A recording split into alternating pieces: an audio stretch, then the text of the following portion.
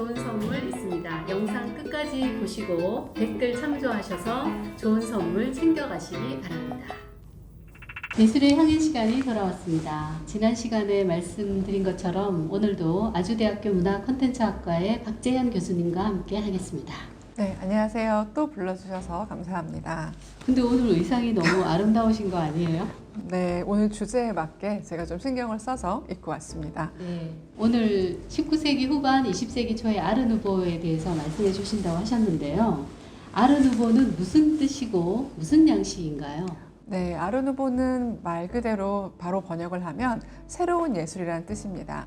프랑스어로 쓰는 표현을 그대로 통칭해서 쓰고 있기는 하지만 스페인에서는 모데르니스모, 독일에서는 유겐트 스틸 등등 용어는 다르지만 다들 젊고 새로운 예술이라는 뜻을 가지고 있습니다. 네. 뜻은 그렇고 그러면 어떤 스타일이라고 할 수 있을까요? 네, 주로 꽃이라든지 나무 덩굴, 곡선 등 자연의 요소를 차용해서 아름답고 유려한 곡선미를 보여주는 양식들을 우리가 아르누보라고 이야기를 합니다. 그러고 보니까 제가 파리의 오르세 미술관에서 아르누보 양식의 도자기라든가 가구, 특히 침대를 본 적이 있는데 침대가 나무 덩굴처럼 생겨가지고 좀 심란해요, 생긴 거가. 잠이 오겠나 싶은.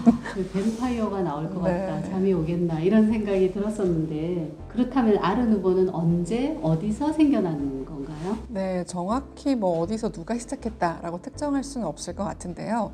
그럼에도 불구하고 우리가 보통 영국이나 프랑스 같은 당대 산업혁명을 겪고 뭔가 새로운 예술운동에 대한 움직임이 있었던 국가들에서 시작한 것으로 이야기를 하고 있습니다. 19세기 후반 한참 산업혁명의 그런 열매들이 이제 모든 사람들을 현혹시키고 굉장히 새로움에 대한 미학에 대한 욕구들이 막 커져갈 때 등장한 양식이라고 볼 수 있습니다. 그러면 아르누보를 대표하는 예술가는 누가 있죠? 아마도 가장 익숙하게 만나셨을 예술가를 꼽자면 체코 출신의 알폰소 무하를 들 수 있을 것 같습니다. 우리 황금빛으로 그리고 길쭉하고 부드러운 곡선을 보여주는 아름다운 여성들이 등장하는 장식 포스터로 굉장히 유명한 예술가인데요. 네. 알폰스 무아 하면 고혹적인 여인이 아주 장식적인 배경을 뒤로하고 서 있는 모습으로 우리 한인 식구들도 익숙할 것 같은데요. 네. 언제 알폰스 무아가 갑자기 유명하게 되었나요? 사실 체코 출신이긴 하지만 알폰소 무아가 유명세를 얻은 건 프랑스 파리에서였습니다. 아마 19세기를 대표하는 정말 명배우죠. 사라 베르나르라고 하는 여배우의 그 연극 포스터를 제작하게 되면서 굉장히 큰 인기를 끌게 됐습니다. 네, 지스몽다라고 하는 네. 배우죠. 네. 너무 인기가 많아서 사람들이 그걸 서로 가지고 가겠다고 마치 오늘날 우리가 아이돌 포스터를 가져가는 것처럼 굉장히 또 다툼이 일어날 정도로 인기가 많았다고 합니다. 네. 그래서 전속으로 6년간 사라 베르나르를 베르나르를 위해서 일하기도 하고 네. 뭐 향수라든가 비스킷이라든가 네, 초콜릿? 이런 광고 작업도 많이 했다고 하더라고요. 네. 그리고 1900년 만국 박람회 때 오스트리아를 위한 포스터도 제작했나요? 네, 사실 만국 박람회는 굉장히 큰 행사였기 때문에 특히 1900년 같은 경우는 새로운 밀레니엄을 맞이하기 때문에 프랑스 정부가 큰 힘을 줬던 만국 박람회라 사실 웬만한 예술가들로서는 이러한 한 개 나라의 부스를 맡아서 장식하는 것을 많이들 꿈꿨을 텐데요. 알폰소 무아는 성공적으로 그 미션을 해냄으로써 더욱더 그 유명세를 굳힐 수 있었습니다. 네. 만국 박람회는 아직도 하고 있어서 네. 우리나라도 얼마 전에 고배를 마셨는데 만국 박람회가 뭐 언제 어떻게 시작이 되었나요? 네, 시작은 사실은 1850년대로 거슬러 올라갑니다. 인도를 비롯해서 여러 국가들의 식민지를 거느리면서 자신들이 얼마나 기술적인 혁신을 이뤘는지를 만방에 알리고 싶었던 영국에서 시작이 됐는데요. 그걸 보고 배가 아팠던 이웃나라 프랑스에서도 유치를 하기 시작했고 유명한 만국 박람회가 몇 번 있습니다. 1889년이 유명하고 1900년이 유명한데요. 1889년이 왜 유명한지 알고 계시겠죠? 알죠. 네. 파리 하면 떠오르는 에펠탑이 있잖아요. 네. 사실은 1889년 만국 박람회를 위해서 지은 임시적인 건데 이제 에펠이 아까우니까 어떻게 여러 가지 이유를 대면서 지금도 남아 있는데 사실 에펠탑 없는 파리, 에펠탑 없는 프랑스 생각할 수가 없죠. 그 정도로 정말 중요한 프랑스의 상징이 되었습니다. 당시 사람들한테 에펠탑은 굉장히 혁신적으로 다가왔을 겁니다. 기존에는 대리석이라든지 나무, 벽돌 같은 걸로 건물을 지었는데 에펠탑 같은 경우는 100% 철골 구조로만 만들어졌기 때문에 당대 사람들에게는 굉장히 특별한 느낌을 주었을 걸로 볼 수가 있습니다. 근데 1900년 만국 박람회 때 지어진 또 다른 기념비적인 아르누보 양식이 있죠. 네, 우리가 파리 가면 좀 특별한 감각을 느낄 수 있는 것 중에 하나가 네. 바로 지하철 입구인데요. 사실 전 교수님과 제가 파리에 체류할 때 그리 멀지 않은 거리에 이제 가까이 살았는데 그 동네에서 특히 많이 볼 수 있었던 양식이기도 하고 액토르 기마르라고 하는 프랑스 아르누보를 대표하는 작가가 설계한 지하철, 또 프랑스니까 프랑스식으로 얘기를 해보자면 메트로 입구가 굉장히 유명합니다. 그러면 기마르가 만든 그 지하철 입구는 어떤 식으로 생겼죠? 네, 그 식물의 덩쿨이라든지 잎사귀 장식 같은 자연에 숨어있는 곡선을 활용한 디자인을 특징으로 하고 있고요. 사실은 굉장히 여러 곳이 남아있기는 한데 기마르가 오리지널로 디자인한 건 단 2곳만 남아있다고 합니다. 네. 이것도 아시겠죠?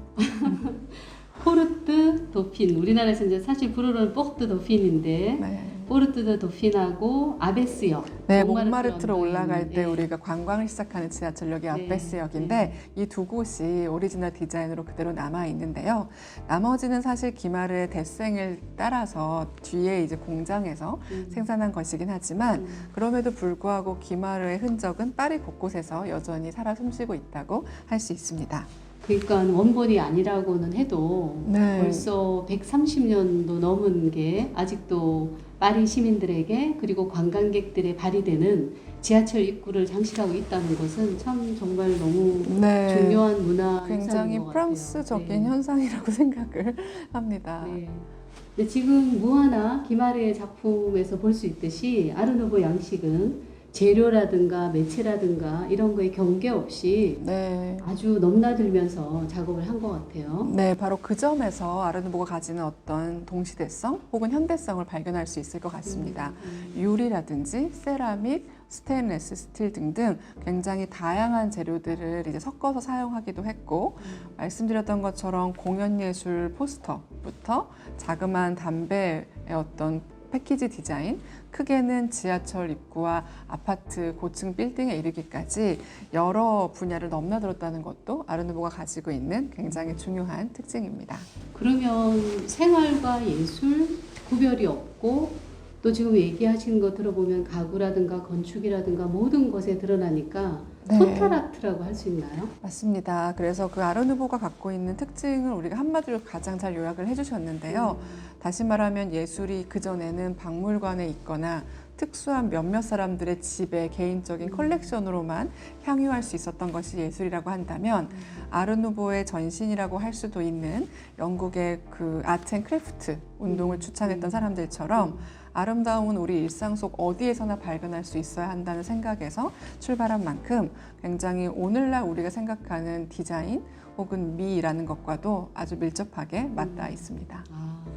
그렇다면 파리 시내에서 많이 볼 수 있을 텐데 네. 아르누보 양식을 볼 수 있는 박물관은 어떤 것들이 있나요? 네, 아주 여러 군데서 보실 수가 있고 아까 말씀 처음 해주신 것처럼 아무래도 이 시기에 문화예술을 전문으로 다루는 미술관인 오르세 미술관에서도 아르누보 특별 세션을 꽤 상설에서 크게 다루고 있는 걸 보실 수가 있고 루브르 옆에 자리하고 있는 국립장식예술박물관이라든지 파리시의 역사를 다루는 카르나발레 박물관 등등에서도 19세기의 어떤 시대 정신을 잘 담고 있기 때문에 아르누보 섹션을 꽤 크게 보여주고 있습니다. 그리고 그 유명한 막심스라는 네. 식당도 있죠. 아마 여러분들께서 이제 프랑스 여행을 마치고 비행기를 타기 직전에 기념품을 안 샀다 어떡하지 하고 급하게 막 부티크를 돌아다니다 보면 아주 적당한 가격에 적절한 패키지를 보여주는 초콜릿이 있을 텐데 그게 바로 또 막심즈의 제품입니다. 맞아요. 오늘날까지도 여러 가지 제과 업계에서 또 꾸준하게 영업을 하고 있는 이 막심스도 사실은 19세기 말에 굉장히 부유하고 세련된 사람들에게 인기가 많았던 레스토랑인데요. 지금은 안타깝게도 문을 닫았지만 제가 프랑스에서 공부할 때까지만 하더라도 자기들의 오래된 식당 2, 3층을 아르누보 박물관으로 운영을 할 정도로 이 시기와 굉장히 밀접한 관계가 있는 예술운동입니다. 혹시 가보셨나요? 네, 여러 번 갔습니다. 거기 비싸지 않아요? 아, 식당을 간 건 아니고 박물관을 가서 식당은 제가 가보지 못했고, 네. 전 사실 그 샹젤리제 근처에 있는 앙트르고트 식당에 네. 자주 갔었는데 그렇게 비싸지도 않고 정말 만나잖아요. 맛있죠. 네. 거기도 아르누보 양식으로 되어 있죠. 네, 사실 19세기 말 20세기 초에 새롭게 등장한 어떤 많은 식당들이나 호텔 아니면은 뭐 고급 주택 등에서는 기본값으로 아르누보를 채택해서 장식을 하고 있기 때문에 오늘날도 쉽게 만나보실 수가 있습니다. 근데 우리가 지금 파리 중심으로 얘기를 했는데 아르누보의 수도는 따로 있다고 얘기를 들었어요. 네. 어디인가요? 바로 프랑스 북동부 독일 쪽으로 가면 만나실 수 있는 도시 낭시입니다.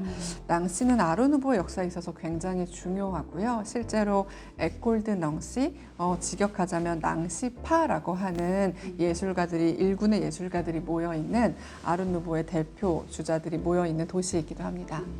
근데 사실 파리를 간다, 낭시를 간다 쉬운 일이 아니잖아요. 네. 우리나라에서도 볼 수 있는 곳이 있다고 하던데. 네, 바로 제주도에 가시면 있습니다. 제주도의 유민미술관에 가시면 고 유민 홍진기 선생님께서 오랫동안 수집하신 유리공예품들의 컬렉션을 아름답게 모아두고 있는데요. 사실 건축으로도 아주 유명한 미술관입니다. 근데 제가 사실 제주도 갔을 때 그게 이제 유민미술관 지으신 분이 안도 타다오셨어요. 네. 근데 그 옆에 글라스 하우스가 하우스. 있고 사실 그날 섭지코지를 음. 걸었어요. 이제 하루 종일 걸어서 도착해서 글라스 하우스에서 쉬고 나서 나오니까 이미 이제 박물관 들어갈 퇴장 시간이 시간이라서. 아니어서 들어가질 못했거든요. 근데 네네. 너무 안타까운데 건물을 보니까 그냥 야트막하고 전시관은 일본의 나오시마에 있는 지추미술관처럼 지하에 있어서 성산 일출봉을 보는 거가 전혀 방해가 되지 않았어요. 네. 근데 그 안에 그렇게 아름다운 아르누보의 유리공예가 있다는 건 전혀 몰랐네요. 네, 다음에 제주를 가면 꼭 가보시면 네, 좋을 것 꼭 같습니다. 가보고 싶습니다. 그 아르누보 유리공예 대표 주자로 우리가 꼽을 수 있는 사람들이 보통 르네 랄리크라든지 아니면은 특히 유민에 많이 있는 에밀 갈레 같은 사람들이 대표적인 사람들인데요. 보시면 해초부터 어떤 벌레라든지 꽃잎 등등에 이르기까지 굉장히 다양한 자연의 요소에서 모티프를 얻어서 굉장히 독창적인 예술들을 보여주는 것들을 감상하실 수가 있습니다. 제 나름대로 오늘 컨셉에 맞게 네, 약간 느껴집니다. 뱀 모양으로 이렇게 했는데 네. 맞나요? 실제로 제가 프랑스에서 아르누보 수업을 들을 때 교수님께서 뭐 모티프를 하나하나 다 설명을 해주시면서 세르뽕틴이라는 표현을 쓰셨거든요. 네. 세르뽕틴이 말 그대로 뱀이라는 뜻이라서 비정형의 구불구불한 끝없이 올라가는 것 같은 그런 환상적인 느낌을 주는 것도 바로 아르누보의 중요한 특징입니다. 그러면 한 번 더 아르누보의 양식을 딱 정리를 해주신다면 뭐라고 네, 정리하셨을까요? 한마디로 요약하면 저는 자연에 가깝다라고 요약할 수 있을 것 같습니다. 우리가 자연을 가만히 보면 그 규칙적이진 않지만 어떤 패턴이 분명히 보이는 부분들이 있는데 사실 산업혁명 이후에 많은 것들이 기계화가 되면서 다소 역설적으로 자연으로 들어가고 자연으로 돌아가면서 발견하게 된 다양한 모티프들을 산업혁명의 결실인 새로운 소재들과 결합시켰다는 점이 아르누보의 가장 큰 특징이기 때문에 조금만 더 관심을 가지고 주변을 보시면 아마 여러분들께서도 자주 만나실 수 있을 것 같습니다. 그러면 마지막으로 네. 우리 서울에서도 어디서 가면 일상적으로 아르누보 양식을 만날 수 있을까요?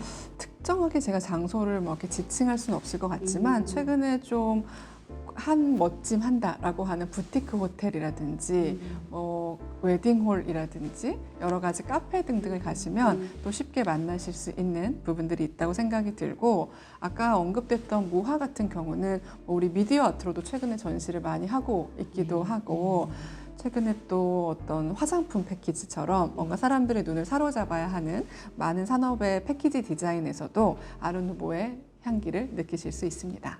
네, 말씀 들어보니까 두 분이 프랑스에서 같이 공부하신 것 같네요. 저희가 둘 다 미술사. 불문학을 했고 이제 프랑스에서 미술사를 네. 공부했죠. 프랑스에서 공부하는 방법은 한국에서 공부하는 방법하고 어떤 부분이 다른가요? 글을 많이 써야 했던 게 저는 가장 큰 차이였다고 생각이 듭니다. 글 중에서도 뭔가 제 이야기를 꼭 써야지만 좋은 점수를 받을 수 있었어서 저는 사실 약간의 잘난 척 같지만 언어 문제를 겪고 유학 생활을 시작하진 않았는데 잘난 척입니다. 네, 그럼에도 불구하고 너무 점수가 좋지 않게 나와서 제가 조금 충격을 받았던 적이 있어요.